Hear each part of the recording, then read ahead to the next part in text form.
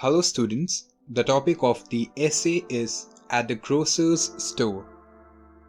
There is a grocery store very close to our house. It is called Tip Top Stores. Mummy sends me there sometimes to buy things for the house.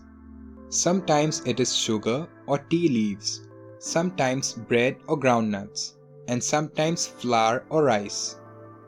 I enjoy going to the grocer's. The shop is full of goods.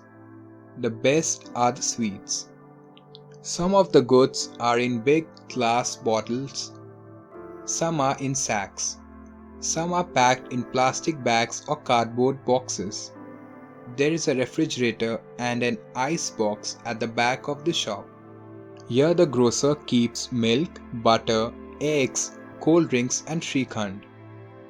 The grocer is a friendly man. He has two young men to help him with his work. Whenever I go to the shop, he welcomes me with a smile. Sometimes he gives me an extra candy or two.